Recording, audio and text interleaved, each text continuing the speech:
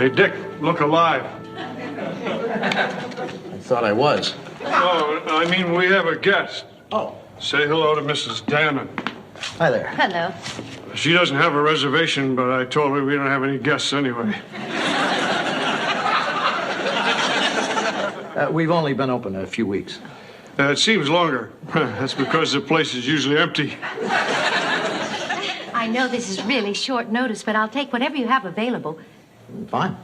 As long as it's your best room. Right. Oh, honey, I'd like you to meet Mrs. Dannon. This is my wife, Joanna. Hello. Hello. I just gave her our room. You're kidding. Yes. George, why don't you take Mrs. Dannon's bags up to room 5? Well, how much do I owe you? Oh, let me think now. Driving over to get you, and then you were late, and making a couple of stops for you on the way back, and pretty much blowing the whole morning. $2. Thank you. Oh, I don't have change for a 10. Well, that's your tip. Oh. Well, in that case, you can skip the $2. Oh, George, I understand Leslie Vanderkellen works here. Oh, do you know Leslie? Oh, my husband and I have been friends of her family for years. She's been like a daughter to us. Maggie Dannon? Is that her? Yes. Leslie!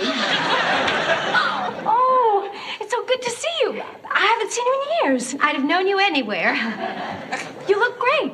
What are you doing here? Oh, just a little holiday. You know how hectic Washington is. Where's David? In Washington. Maggie's husband is Senator Dannon. Senator David Dannon? Really? I am a big fan of his. I think you're married to one of the most distinguished and charismatic men in America. Looks like you two have a lot in common. Anyway, I needed a break from all the state dinners and cocktail parties, so when your parents told me you worked at the Stratford Inn, I just grabbed the first plane out. Actually, it was 2 planes, and a train, and a bus. I guess we're a little hard to get to from Washington, but we're glad you made the effort. I just wish David could have gotten away, too. Oh, I dug out some pictures I thought you'd like to see. Here's a picture of you on a horseyback ride when you were 2 years old. Oh, isn't that cute? Who's the guy on his hands and knees? Prince Philip. I didn't really know him. I just wrote him. Oh, look. This is David. He was taking me on a tour of the White House. What an incredible life it must be there. Where? Washington. Great state, majestic forests, delicious apples. Not the state, the capital. Olympia, where they make the beer, one of my favorite cities. Washington, D.C. Lincoln Memorial, Washington Monument, sailing on the Potomac. Who is this man? Kirk Devane, next door neighbor and beloved friend. This is Maggie Dannon. Her husband is Senator David Dannon. I voted for him. Senator Dannon doesn't represent Vermont. I wrote him in. I thought he could handle more than one state.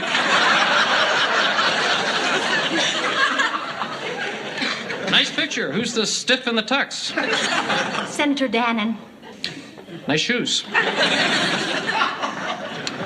You and the senator certainly do make a handsome couple. If you'll excuse me, I think I'd better go to my room. I'm sorry. Oh. Maggie, what's wrong? Oh, listen, it's all right. It's all right. Dick? Really, it's okay. Whatever it is, it's okay.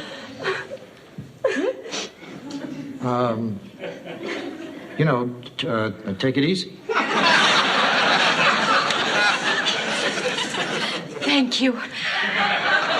Maggie, whatever it is, you can tell us. It's okay, Leslie. This is my specialty. Now, what's biting you? I walked out on my husband this morning. And? I think that's it, Kirk. Right. You left David. Maggie, why? Because I'm no longer a part of his life. As far as he's concerned, I'm just a useless appendage, invisible. You don't really believe that. Oh, don't I? I left him a note this morning telling him where I'd gone and not to follow me because I never want to see him again. I'm just praying to God when he finds it, he comes and gets me. He's probably on his way right now. It's going to be fine. Don't worry about anything. Right. He's wonderful. Maggie? May I call you Maggie? Yes. May I call you Mags? No. If there's anything you need, I'm just a phone call away. If you need a hand to hold, a shoulder to cry on, a warm body to cling to.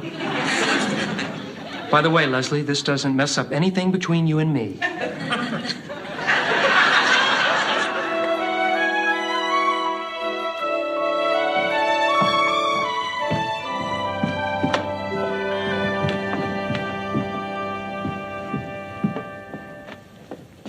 What are you doing? Oh, they asked me to write a description of the end for the travel guide to New England. Terrific. Now, this is just the first draft, but see what you think. Okay. Nestled in a grove of majestic maples, just a stone's throw from the ivy-covered halls of Dartmouth University, lies the authentic colonial comfort of the Stratford Inn. Your jolly and congenial hosts are well-known author Dick Loudon and his wife Joanna. And his wife, Joanna? What's wrong with that? Sounds like in his dog's spot. How about well-known author Dick Loudon and his jolly wife Joanna? How about his ticked-off wife, Joanna? George, what are you doing? Oh, I'm going to set up these chairs in the dining room What for? for the press conference. What press conference? The one Mrs. Dannon is having in the dining room.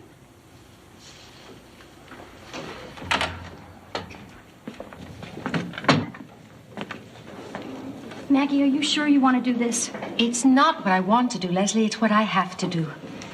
What's going on here? Maggie's holding a press conference. I don't understand. Well, if my note didn't do any good, maybe he'll notice I'm gone when I announce our divorce on the 6 o'clock news. Divorce? I tried to talk to her, but her mind's made up. Leslie, would you please see about the hors d'oeuvre? Oh, Maggie, divorce is so final. Joanna, this really isn't any concern of ours. At least consider a trial separation. That way you'd have some time to work things out. This really isn't any of our business. Or try a marriage counselor. We had some friends in New York, and they Joanna? went... What, Dick? Could I talk to you for a minute? Excuse me. What are you doing? I'm just expressing a little compassion for a fellow human being, that's all. Well, stop it. Excuse me, is this the press conference for Maggie Dannon? Yes, hello. You must be a reporter. I'm Maggie Dannon. Let me get you a glass of champagne. Hi, I'm John Fergus. Oh, I'm Dick Loudon. This is my wife, Joanna. Hello?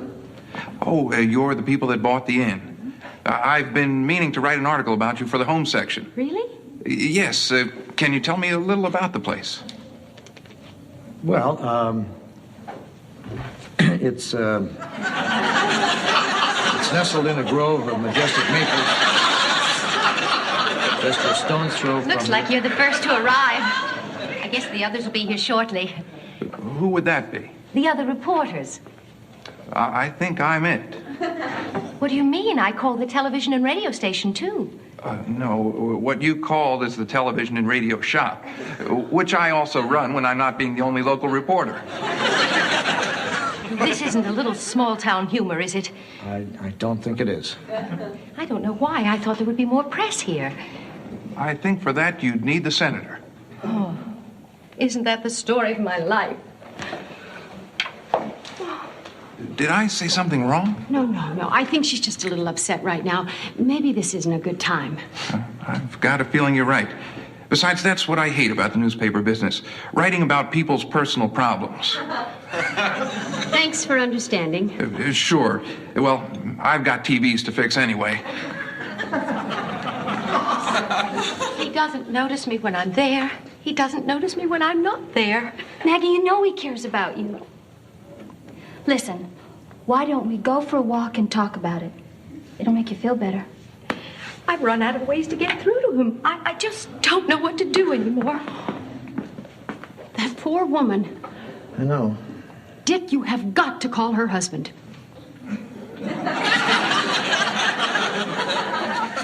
You want me to call a United States senator? I mean, he's possibly one of the most powerful men in the country. I mean, I probably couldn't reach him anyway, and even if I could, I'm not going to interrupt him and tell him about some marital problem. I'm sorry, Joanna, just forget it. As long as you're going to look like that.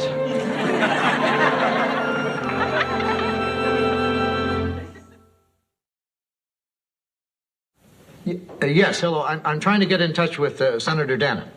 Yeah, my name is Dick Loudon, and I'm Dick Loudon, and I'm calling from the Stratford Inn in Vermont. Well, I'm aware that the senator doesn't represent Vermont. Would you just tell him it's about his wife, and it's very important? Thank you. I'm on hold. I mean, I told you this wasn't going to work. He's probably in a meeting. He doesn't know who. Yes, sir, Senator Dannon. I hope I'm not interrupting anything important. I am.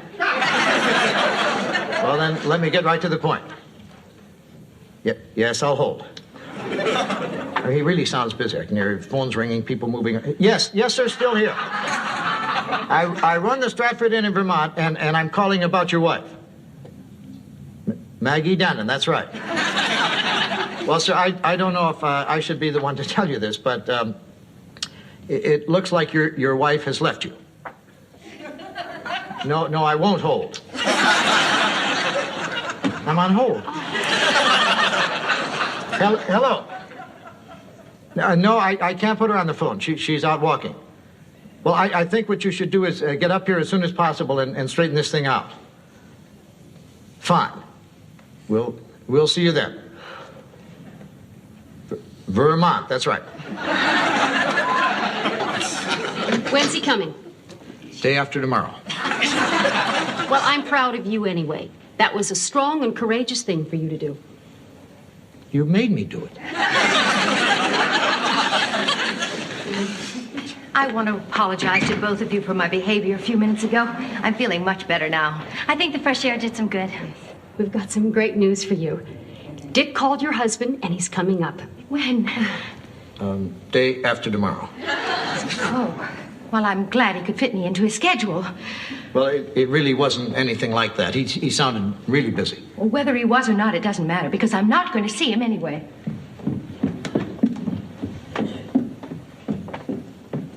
I really want to thank you for getting me involved in this.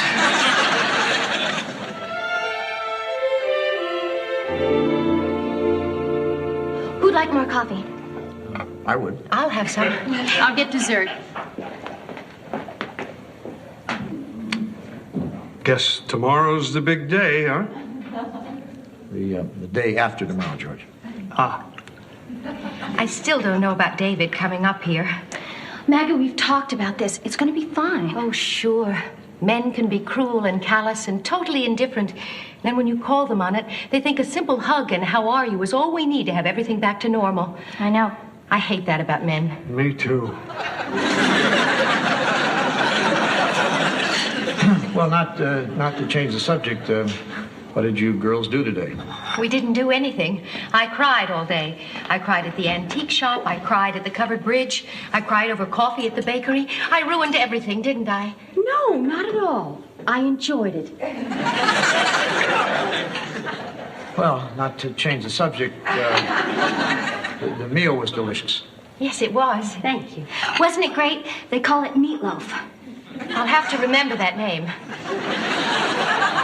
The best way to do that is instead of a loaf of bread, think of a loaf of meat.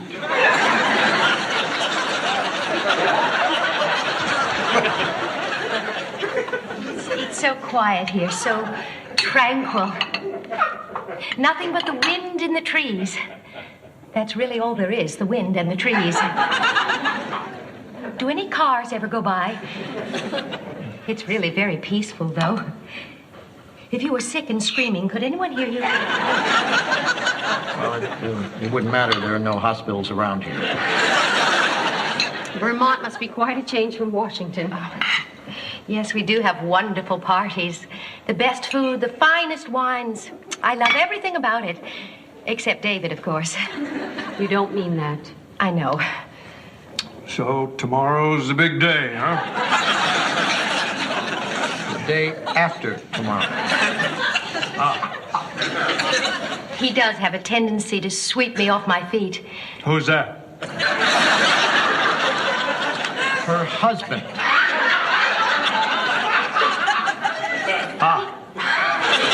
He can talk me into anything. I guess that's what scares me about facing him. If there's anything we can do to help. I don't think there is. If you could both be in the room with me. Don't you see? David is so strong. With you two there, maybe I would finally have the courage to stand up to him, to strip him bare emotionally. You know, like they do in those encounter groups where they just end up with two naked souls, trembling and in tears. Well, we'll be happy to be there. Won't we, Dick? Giddy. Well, one way or another, I guess we'll know tomorrow.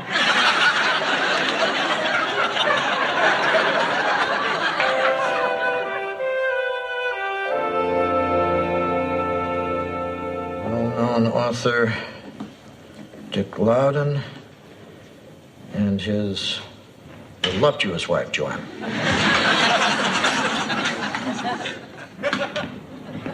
Well, today's the day. Dick. Honey. Do you think I'm overdressed? If you're getting married, no. When a member of the Senate pays a visit, I don't think there's anything wrong with dressing for the occasion. Well, look at Leslie. She isn't dressed to impress anybody. Thanks, Dick. No, I mean, you're just dressing appropriately. Well, I think I'm dressed appropriately. I mean, he is an elected government official. There are some people who still respect the office and dress accordingly. Okay, I'll go change. How's my Maggie doing? She's nervous. We're trying to leave her alone. We think the fewer people around, the better. I hear you. Hello, everyone. How do I look? Like a vision. Fabulous. Fine. He always knows just what to say. Now, when David comes, should I be upstairs or downstairs? Wherever you feel most comfortable. Right. Upstairs. I'll make an entrance. You call me when he comes. I think he's coming. David! Leslie! Is that you? I can't believe it. You're all grown up. It's good to see you. I just wish it could have been under better circumstances. Where's Maggie?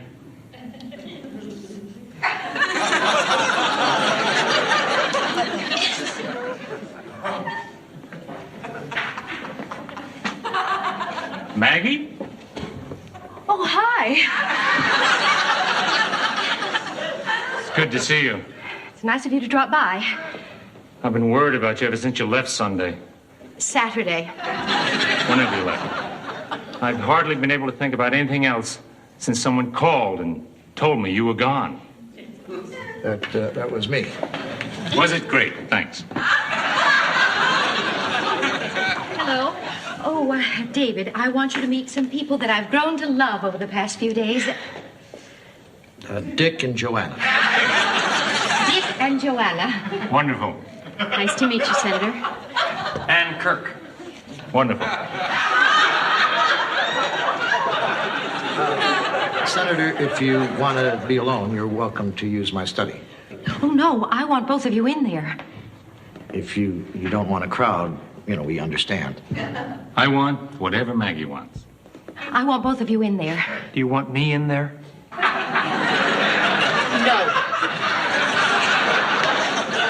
Well, into the lion's den, so to speak.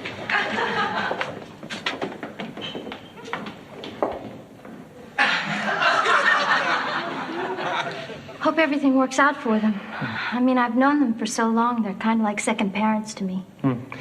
I know what you mean. I feel the same way about my folks. Maggie, come back to me. Okay. Fine. Anybody want coffee? Wait a minute. I thought you two were going to talk. They talked. It settled. Let's go. No, there were things Maggie wanted to say to him. That's right, there were. What were they? Well, that you were feeling ignored. Oh, right. I was. Sorry, I didn't mean to ignore you. I know you didn't. It wasn't only that. You also said that you felt that he was insensitive and self-centered. Did I? Did you? Well, maybe I did. Well, if I was, I'm sorry. I know you are. Who takes cream and sugar? I wasn't too insensitive, though. Who said too insensitive? And there was more. Dick, help me here. Joanna, you know how uncomfortable I feel about doing this. No, Dick. If there's something you remember, I'd really like to hear it. Well, she did mention something about being a useless appendage. Uh-huh. And she mentioned something about not being able to get your attention. I see. Oh, and she mentioned something about feeling invisible. I think I get the point, Dick. Maggie, if I've neglected you, if I haven't paid you enough attention, I apologize with all my heart. Oh, David, I knew when I married you that politics was the most important thing in your life. I guess all I really want to know is that I'm number 2. Oh, Maggie. Of course you're number 2. You've always been number 2. And you always will be. Now go pack your bags. I'll be ready in a minute. I just want to say goodbye to... George and Leslie.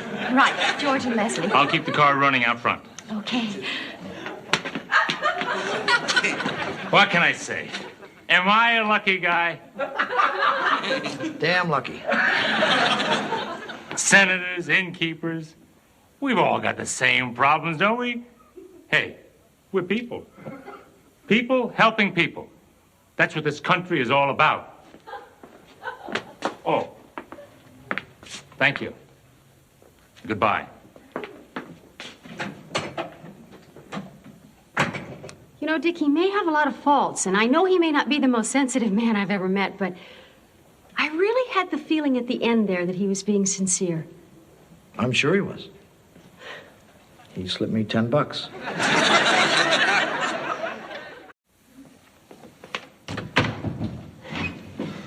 Hi, Kirk.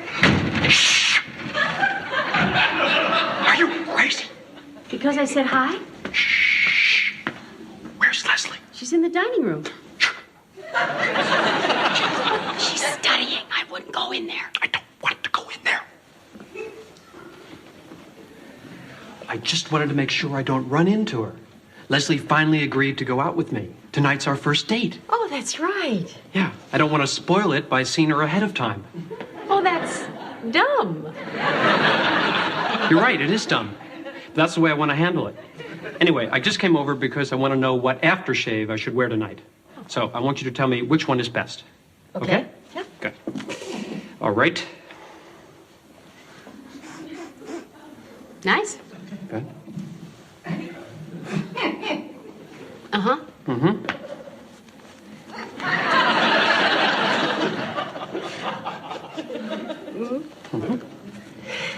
This is it, right? Yeah. Okay, I like the right cheek best. Good, that's my favorite. It's called War. They have a great slogan. Wear war because love is hell. What a turn on. I hope so. I've waited so long for this night. I want everything to be perfect. Kirk, I hope you're keeping this in perspective. I mean, after all, it is only a date. A date with Leslie. It doesn't make me a dope just because I want to go out and get my hair cut, my shoes shined, and put gas in the new car. You bought a new car? Mm-hmm. For a date with Leslie? No, I bought a new car because I need one. What was wrong with your old one? It wasn't good enough for my date with Leslie. Speaking of which, it must be ready by now. I gotta go. Tell Leslie I'll pick her up at 7 sharp. I'm sure she'll be ready. I doubt it. I'll be early. Hi, Kirk. No time now, Dick. I'm in a rush. What was that all about? Tonight's his first date with Leslie. Does Leslie know? Yeah. What's that? War. Smells like hell. Did you come out for the mail? No, I just finished my book. Honey, congratulations. You know, the books on Kansas and Arkansas were fine, but I don't know. In this book, I think I've really said it all in the many moods of Minnesota. What are you going to do now? Well, you know me. When I finish a book, I like to celebrate, you know, do something I've never done before. Want to help me clean the oven? I was hoping we could say that until New Year's Eve. Just something you've never done before. You know what I'd really like to try? Skiing. Skiing? Yeah. Where's Leslie? She's in the dining room. Dick, skiing is dangerous. I know. That's why I'm going to take Leslie along. She's a champion skier. Dick, hold it. Before you go in there, couldn't you wait till tomorrow to do this? Why should I wait till tomorrow? Because I'm hoping the snow will melt tonight. Leslie! Leslie, how'd you like to take a break and teach me how to ski? Gee, I'd love to, but I can't. I have this paper to write, I have all my work to do around here, and I should at least wash my hair before my date with Kirk. Okay, I'll go by myself. Wait a minute, Dick. I don't think you should go skiing the first time by yourself. Well, I'm not exactly a total novice, you know. I mean, I do water ski. It's basically the same principle. And, except in snow skiing, you're careening down the side of a mountain. I really wish you'd wait so I could go with you. I'm fine. Don't worry about me. Oh, one thing.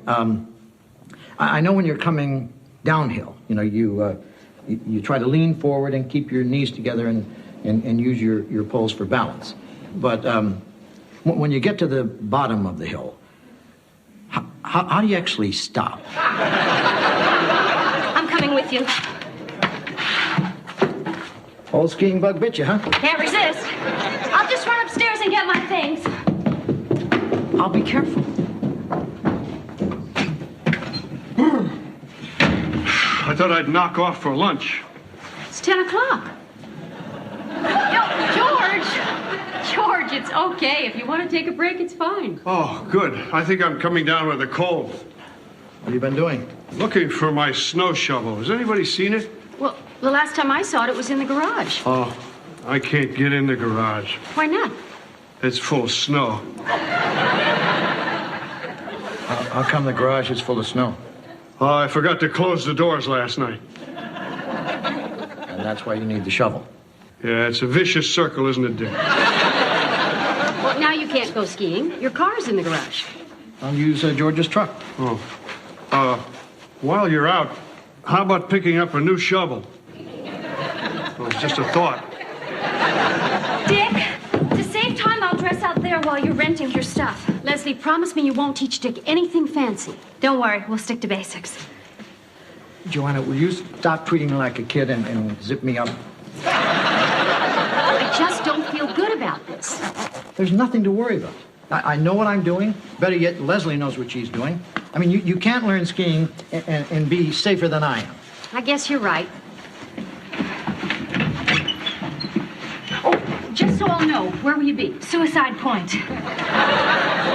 It's just a name.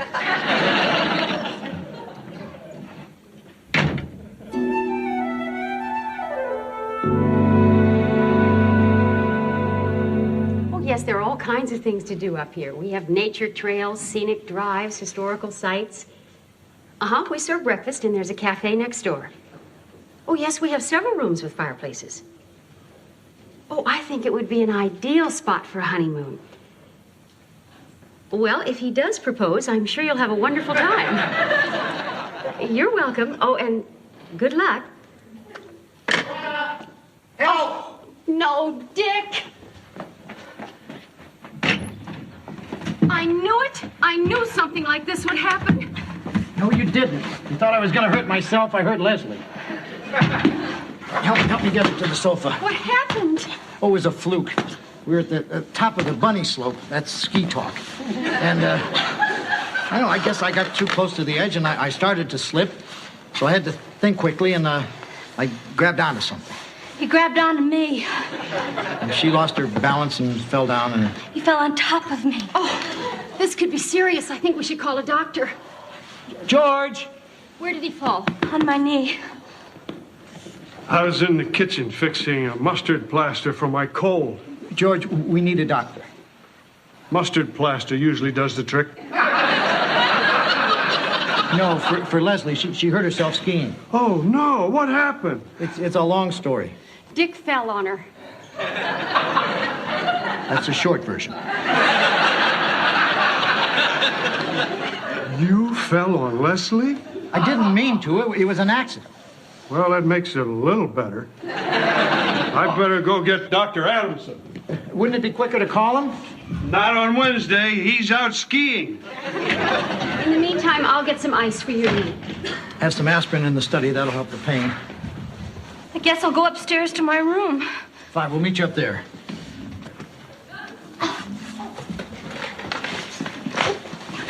Watch your step, Dick.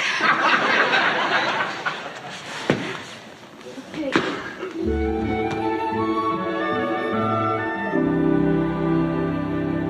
Well, since you're her ski coach, I thought you should know. Well, apparently someone fell on her. I don't know why they let people on the slopes when they don't know what they're doing either. Well, I agree. I think whoever did it should be reprimanded. I don't know about prison. I gotta go. I'll keep you posted. How is she? The doctor's still examining her. I hope she's all right. I feel rotten about this. Well, of course you do, honey. You did a terrible thing. Do you ever think of cheerleading? Hey, she's not upset with you. All she's really worried about is missing school. I'm going to make this up to her. Until she's back on her feet, I'm going to go to all her classes and record all her lectures. Well, before you do that, did you call her folks? I called them. I called her faculty advisor. I called her ski coach. I think I've called everybody who would be affected by this in any way. Hi, guys. Leslie ready?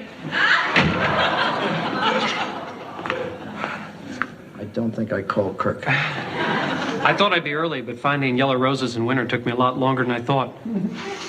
Where is she, upstairs? Yeah. Kirk, there's something we have to tell you. What? Well, I'm going to tell this to you the quickest way I know how. Finishing a book has always been a big deal. Dick? Leslie won't be able to go out with you tonight. What? She had an accident. What? A skiing accident. She hurt her leg. What? She's upstairs with the doctor, and it looks like she's going to be laid up for a few weeks. What? It was my fault. I was excited about finishing the book this morning, and I coaxed Leslie into teaching me how to ski, and I slipped and I fell on her. And I'm sorry, and I hope you understand. Oh, sure, I understand. You were excited. You wanted something to do. You thought, I finished my book. Let's see whose life I can ruin. It wasn't like that. Do you know how long I've waited for this? Do you know what I've gone through to get ready for tonight? We know, Kirk. Just so I can come over and hear you say, ha ha ha ha, she's not going out with you. Well, I guess I won't be needing these. Thanks a lot, Dick. You could have taken them up to her room. Thanks again. Oh, doctor, how is she? She's fine. If she keeps off her feet for the next few weeks, the knee should heal nicely. Would one more night up and around hurt? Believe me, she'll get plenty of rest. The main thing is, will this affect her skiing in any way? Well, no, it shouldn't. Good. Unless she wants to be a world-class skier or something. That's what she's in training to be. Oh, really? Yes. Well, in that case, I can't make any promises. We'll just have to wait and see. I'm sorry. Well, don't feel bad, Dick. She still has her career as a maid.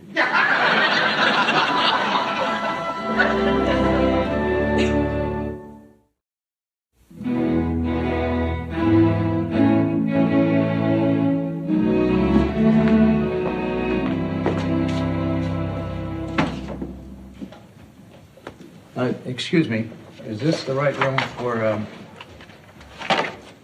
the Reformation Church and its effect on 16th century Roman Catholic doctrine? That's the rumor. Can I help you? If it isn't too much trouble, could you point out Professor Faisal when he arrives? She's arrived. Oh, I'm sorry. I'm Dick Loudon, and if it's okay, I'd like to sit in for one of your students, Leslie Vanderkellen. Where is she? She was hurt in a skiing accident. Oh, no. Was it serious? We don't know yet. Oh, no. How did it happen? It was my fault. Look, if it's okay with you, I'll just sit off to the side and record the lecture. I don't want to make a big deal out of this. Well, this is just awful. What's awful? Leslie's had a skiing accident. Oh, no. How did it happen? This man says that it was his fault. Oh, yeah? Who are you? I'm Dick Loudon. Leslie works for me. What'd you do to her? I fell on her. You fell on her? Fell on who? Leslie. What are you talking about? This guy fell on Leslie while she was skiing. Oh, no. Is she all right? It's who all right? Leslie. What's wrong with her? She's had a skiing accident. Who's had a skiing accident? Leslie. This guy fell on her. Oh, no. Here in that court you are. Did you hear about Leslie? What about it? Let him tell you. Look, I didn't want to make a big deal out of this. Hey, what's going on? Maybe I'll tell this just one more time, and we'll get it out of the way. I forced Leslie into going skiing with me, and I don't know what I'm doing. And being the clumsy idiot that I am, I fell on her, and I sprained her leg and maybe ruined her whole life. Well, I think we better all take our seats. We do have work to do. I don't think you should be allowed to stay in our unit the rest of the season.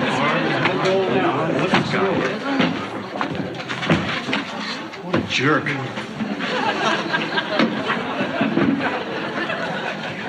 All right, all right. Now, when we left each other last Thursday, we were discussing Pope Julius III and the Council of Trent. What's this I just heard about Leslie?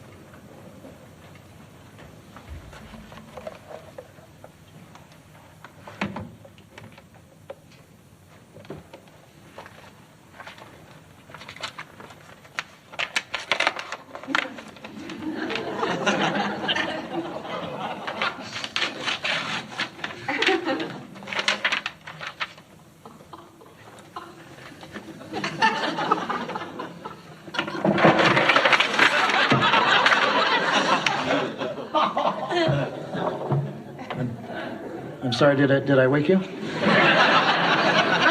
Yes. Just wanted to leave you a note. So how's your leg? Fine. Really? Yeah, as long as I don't move or touch it. I brought back your tape recorder. Was it a good lecture? Yeah. The first part's a little choppy. People kept coming in wondering what I'd done to you. It's amazing how a whole class of theology students can be that unforgiving. I'm sorry you had to go through that. I'm sorry you had to go through this. Oh, which reminds me. I brought you something. What for? What for? Leslie, I fell on your leg. I mean, I caused you a lot of pain and trouble. And I may have ruined your whole skiing career. I just wanted to make it up to you. So you bought me a box of chocolates? Yeah. Somehow it seemed like a bigger gesture at the time. Really, that's sweet. I just wanted you to know how badly I feel. I know you do, but I wish you'd stop it. Dick, you and Joanna have been terrific to me. You both really care about me, and I appreciate that. Well, I wish I'd have cared about you enough to get somebody else to go skiing with me. Dick, do you realize that up until now, I've never had one thing wrong with me in my whole life? I've never been a gram overweight. I've never had a cavity. I've never even had a pimple. Are you saying you had this coming? No, I'm saying, why me? Well, I just wanted you to know I hope you get better, because I'm planning on going to the Olympics and see you win that gold medal. Why don't you get some rest, and I'll see you tomorrow.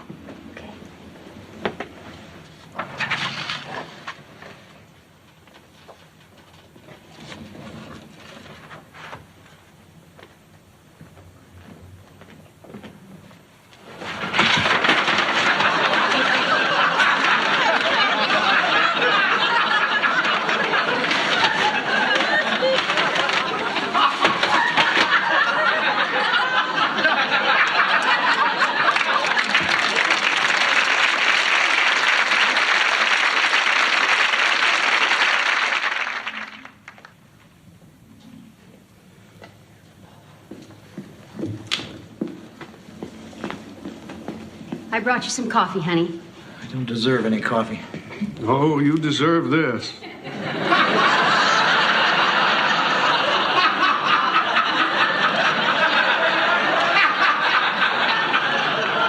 Dick, Leslie is doing fine. The x-rays turned out negative, and Dr. Adamson's up there now, and he says it looks like she's not going to have any trouble. I am not going to rest until she walks down those stairs. Yeah, sure will be nice to have Leslie up and around again. Smiling, laughing, making coffee. Well, I guess I'll go up and see how they're doing. By the way, did I tell you I bought a new snow shovel? No, you didn't. Yep, I'm never going to lose this one. I got it locked up in the cab of my truck. Sounds like a safe place. By the way, have you seen the keys to my truck? I'll keep looking.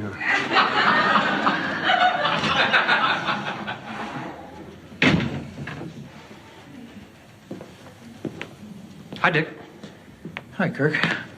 I don't know if you've noticed, but I haven't been around the last few days. It's been 9 days. Actually, I've been around. I just haven't been around you. I was mad. That's what I figured. Well, it's an immediate reaction when someone mangles the thing you love. But I've thought about it, and I'm over it now. Good. No hard feelings? No hard feelings. I'm not ready to shake your hand. Oh, hi, Kirk. I didn't know you were here, but I'm glad. I want you both to see something. She's up. Ta-da! She's on crutches. That's it. It's over. She'll never ski again. Happy now, dream killer? Why is she on crutches? So she won't fall down. But you said she'd be on her feet again. Dick, I'm fine. You're not fine. You're a mess. She's going to be fine. I'll only be on these for a week or so. There's absolutely no permanent damage to her knee. She'll ski as well as ever. You're not just saying that to make me feel better. Mr. Loudon, your feelings are of no concern to me. My only concern is with her knee, and it's fine. You really think you're the center of the universe, don't you, Dick? Leslie, I'll see you in my office in another week. Bye, Doc. Bye. Thank you, Doc. Yes, thank you for everything, Doctor. My pleasure. Now, you're sure you're all right?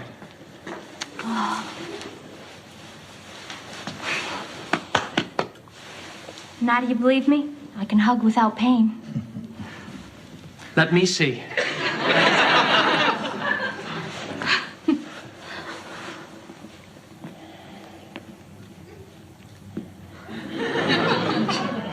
Kirk. She's fine. Fine, she's fantastic. I can't breathe, Kirk. Sorry? Must feel really good to be back on your feet or your foot again after all that time in bed. It does. If I don't hurry, I won't make my 2:30 class. Class? Don't you think you're rushing things a little? I can go to class for you. No thanks, Dick. I want to start doing things on my own again. How about my giving you a ride to school? You still haven't seen my new car. Terrific. You're sure you're not just putting up a brave front? Stay out of this, Dick. I want her in my car.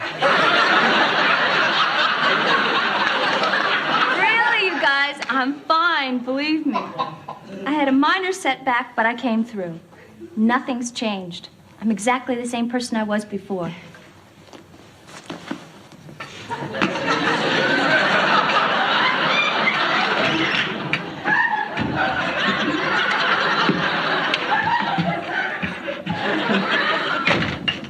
Now are you relieved? Are you kidding? I feel like celebrating.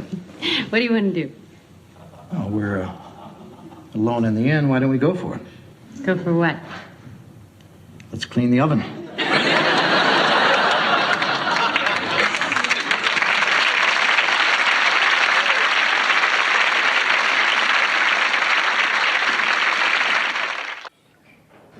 Ah, here you are. I was looking all over for you. You weren't in the lobby, you weren't in the den, you weren't in your bedroom. Kirk, what do you want? Dick, how would you like to get into Pee-wee hockey? What? They've asked me to sponsor a team, and I thought you'd want to go in on it with me. It's only $200. If it's only $200, why do you need Dick? I'm 100 short. Kirk, I'm really not that interested in advertising the Stratford. Dick, advertising is only part of it. I'm really doing it to help the kids to participate in the community and to make myself more attractive to women. Is that your knee I'm touching? No. Sorry? Anyway, the main thing is the jersey will say the Minuteman Cafe, and right beside it, the Stratford Inn. The main thing is, it's for the kids. That's true. All right, count me in. Great. Where's the 100? I'll get it right after breakfast. I can get your checkbook. I know where you keep it. After breakfast. Kirk. Okay. Just the sooner I get it, the sooner those wonderful kids can start reaping the benefits of healthy athletic competition. By the way, what's the team name? The Eye Gougers. Morning, everybody. Morning. Hi, George. How are you? Oh, fine. You know me. I'm always fine. Could I have some time off? Sure. Is everything all right? Oh, yeah. Everything's fine. You know me. It's just that this friend of mine is coming into town this weekend. I haven't seen her for a while, and I wanted to take a couple of days off. Her? Is this an old girlfriend, George? Oh, she used to be. We were some pair. There was Eleanor, and always shy and simple and innocent, and then there was me, you know, just the opposite. People might have thought she was plain, but I thought she was perfect. I almost considered giving up caretaking for her. It went that far, did it? I was fogged up with passion. What happened? Well, I was going to ask her to marry me, but you know how it is sometimes. You mean to do something, and then you put it off, and before you know it, the person's moved. How long has it been since you've seen her? 31 years. And you haven't kept in touch all that time? She moved so far away, there was no point. Where'd she move? Montpelier. It's 59 miles from here. I know. I figured I'd never see her again. Just think, George. Since the last time you two saw each other, America's been in 2 wars, had 7 presidents, put a man on the moon. And I've shaved off my mustache. Hard to know what to talk about first.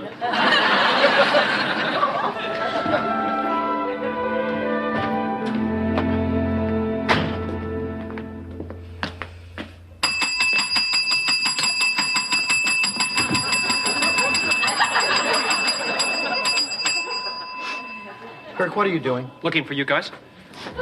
You have been told never to ring that bell. That bell is for guests only. You never told me that. I told you that a half dozen times. Well, I never listened. Anyway, I'm glad you're all here because this is important. Who wants a hockey jersey? What are you talking about? Well, I have to put an order in for the team, and I thought I might as well order a few extra jerseys for us. I don't want a jersey. Well, actually, Dick, I was thinking more of Joanna and Leslie. Actually, more of Leslie. Now, what are your measurements? Kirk! I've got to write something down. How about if I just put perfect? Now, Joanna, what are you? A medium? Yeah. Well, if you don't need me for anything else, I was just about to shove a pie in the oven. Hi, George. Hi, Joanna. I'm going to finish arranging the flowers in Eleanor's room. Hi, George. Hi, Dick. You, waiting for Eleanor? Yep. You know, there's nothing quite as exciting as an old flame being relit, is there? Is there? I guess not. I don't think there's a man alive who doesn't have someone in his past who he thinks about. Right? Probably. Who's yours? I'm not telling you. What's the big deal? This is just guys. George, get over here. It will never leave this room. It was a long time ago, Kirk. Come on, Dick, name names. Lorraine, and that's all I'm telling you. Lorraine. Lorraine Butler. We were 17, and my dad loaned me the car, you know, so I took her to a cornfield. Took who to a cornfield? Hi, honey. Hi. Who'd you take to a cornfield? No one. We were just talking about George and Eleanor, and Kirk brought up, you know, how everybody has an old flame, and he asked me who mine was, and I mean, I really haven't thought about her in years. You know? Her being? Lorraine. I mean, you know, it was nothing. We were 17. It was just a stupid, meaningless night that I've never forgotten.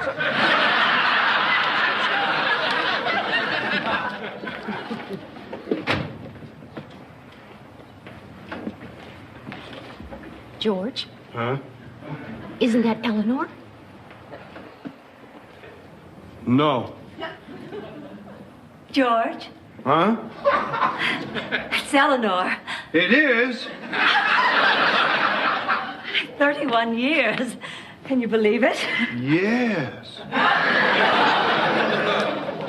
Well, let me have a look at you.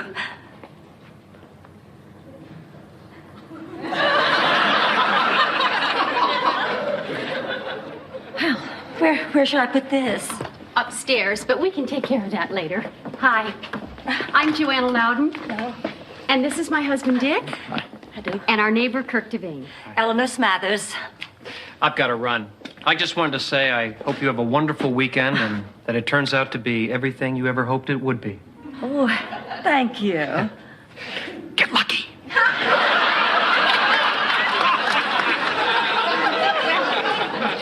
Eleanor, it's really nice to have you here. I can just imagine the million questions you two must be wanting to ask each other. George? Can I take your bag? That's all right. It's light. I packed for the weekend. Oh, well, in that case, let me show you to your room.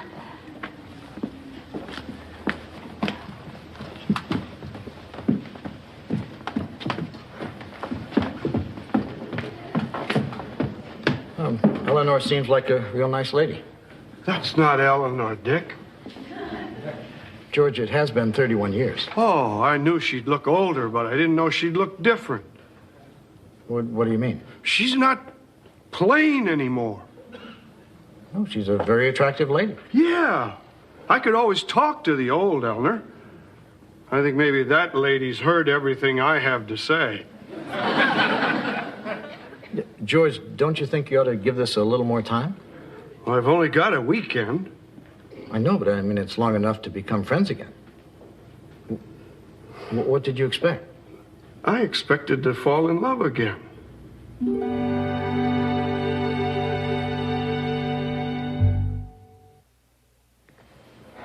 Here, let me hang that for you. Oh, thank you.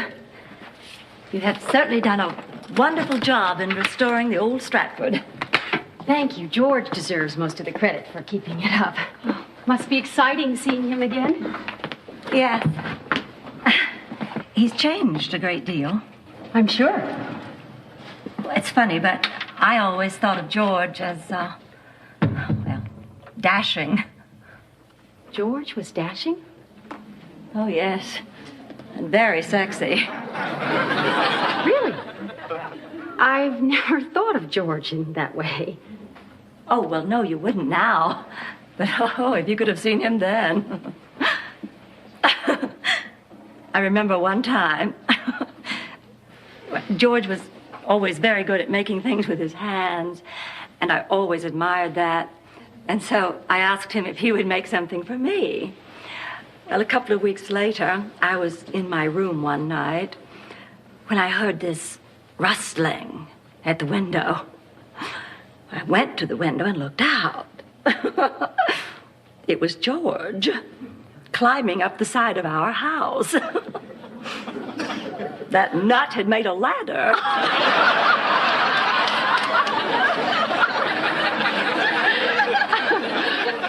He called it his stairway to paradise. My father called it disgusting and told me never to bring it around again. But of course he did. Oh, I just loved him. Well, I'm sure George still has a little of the old George left in him. Well, I don't know. He seems to have gotten awfully rough around the edges.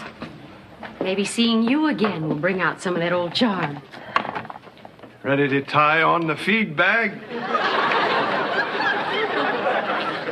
I think he means have lunch. Excuse us.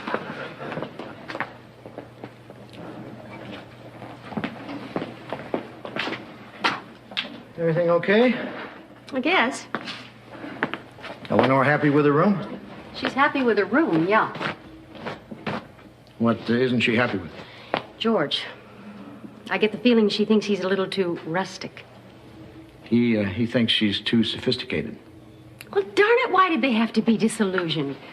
Why couldn't they have just taken one look at each other and fallen in love all over again? Because that's not life. It's a stupid paperback novel. Thank you, Mr. Sensitivity. I'm sorry, I'm not a hopeless romantic. This coming from a man who bought a 200-year-old inn because he thought James Madison slept here. Look, don't get me wrong. I mean, I wish George and Eleanor weren't disillusioned either, but I mean, you have to face reality. The same way I had to face the truth about James Madison. But you still believe he stayed here. And I always will. Well, I am not going to write this weekend off. They'll talk, they'll get reacquainted, and they'll find out they haven't changed as much as they think they have.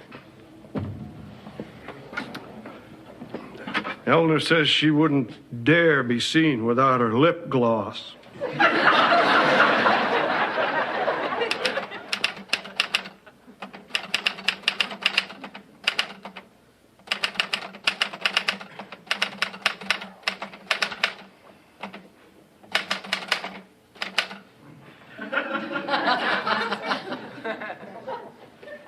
Hi, George.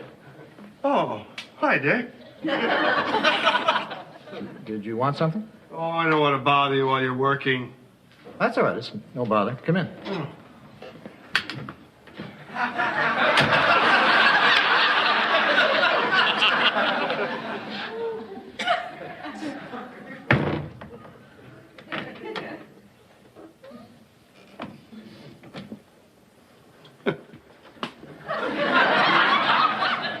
Dutch doors are tricky. Yeah, the Dutch are funny people.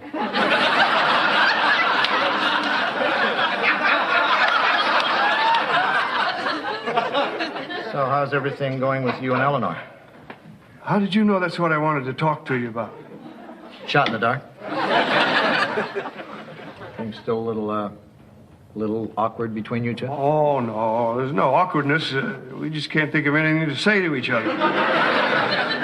Dick, how am I going to get Eleanor back to being Eleanor? I don't think you can, George.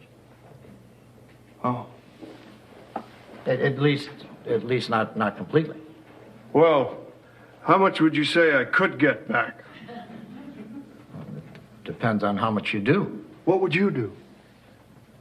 Well, you ought to maybe try to do some of the things you used to do together.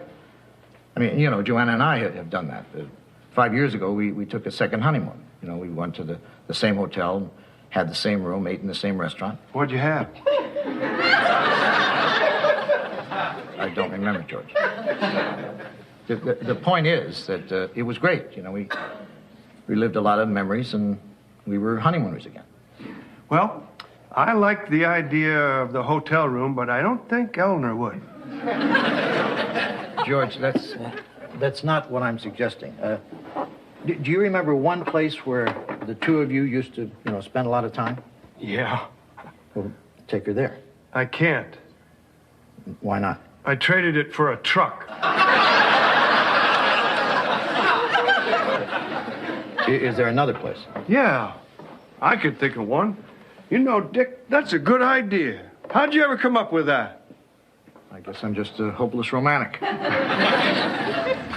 I'm glad Eleanor waited 31 years to come back. Why's that? If she'd come back before I met you, I don't know what I'd have done.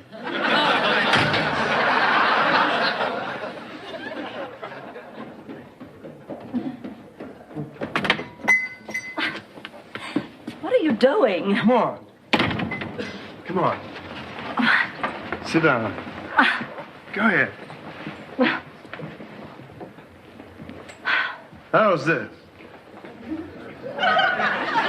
What are we doing here? Don't you remember? This used to be the Clover Cafe. We used to come here every Saturday. Oh, my gosh. We'd have dinner, hold hands, watch people.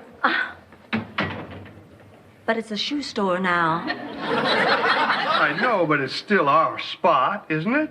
May I help you? No, thanks. We just wanted to sit here.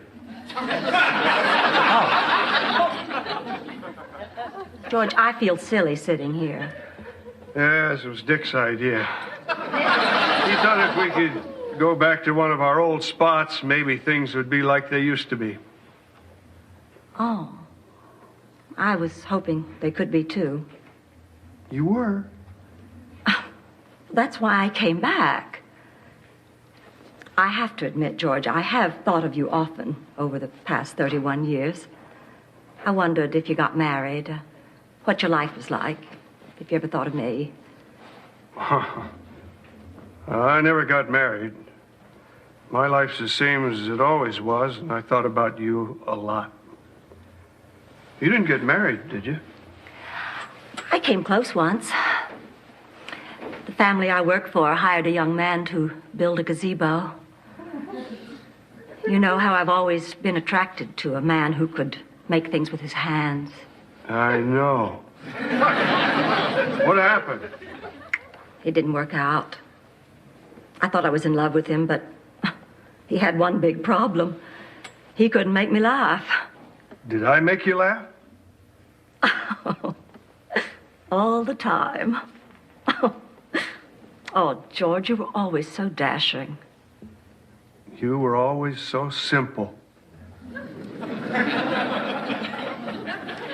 I know you mean that in the best possible way. Why'd you go to Montpelier? My family moved there. Why, you were 18. You didn't have to go. Well, it was a chance to move to a bigger city. It was exciting, challenging, adventurous. And I thought you'd stop me. Why would I stop you from doing what you wanted to do? Because I thought you loved me. I did, but you moved to Montpelier. I thought you'd come after me. I didn't know you wanted me to. That's why I went. Are you telling me the last 31 years have all been a misunderstanding? Oh, George. Oh, shoot.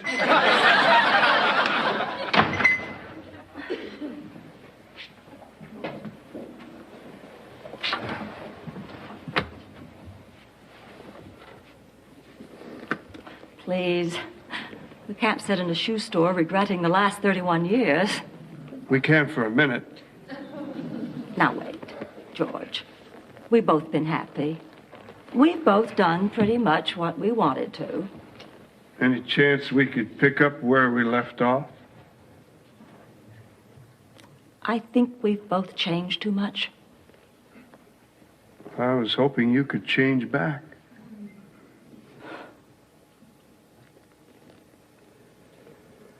I guess there's no point in staying here unless you wanted to look at some shoes. No. Come again.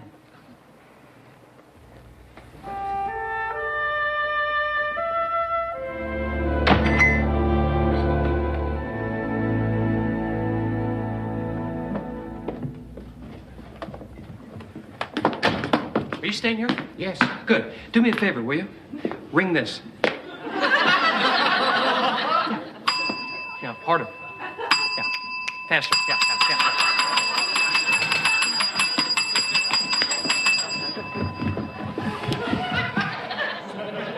He did it. He told me to. Did not. Did too. It's okay. It doesn't matter. It does too. Does not.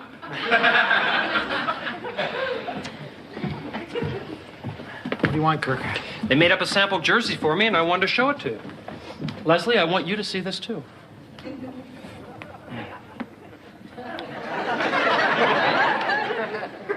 Let's see the back. The Minuteman Cafe, right beside the Stratford Inn. Obviously, the manufacturer made a mistake. Obviously. The question is it a mistake you can live with? Okay, it's not. I'll make a phone call. In the meantime, Leslie, would you like to try this on? Kirk, it's a little small. Put it on. Let's see how small. Oh, come on, Kirk, grow up. Please? For Kirky?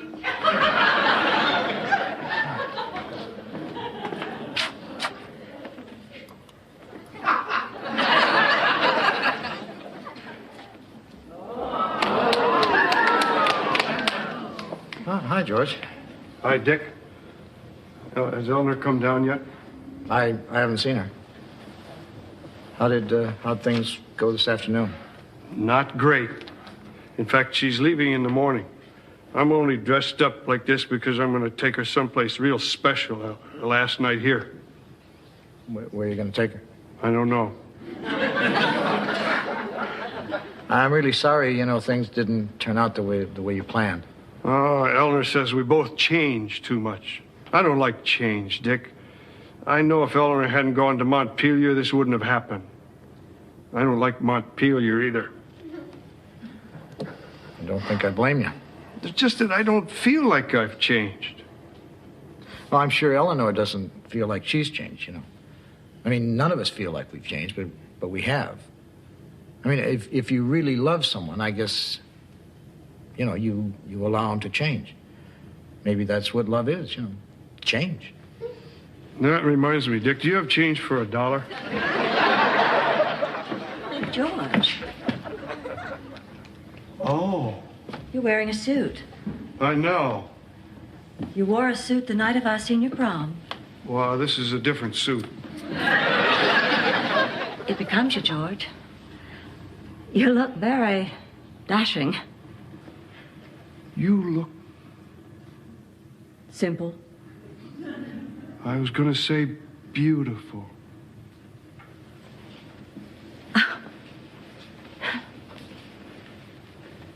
Now, this is the Eleanor I remember. Your carriage awaits. George, you always could make me laugh. I didn't mean it to be funny, but what the heck?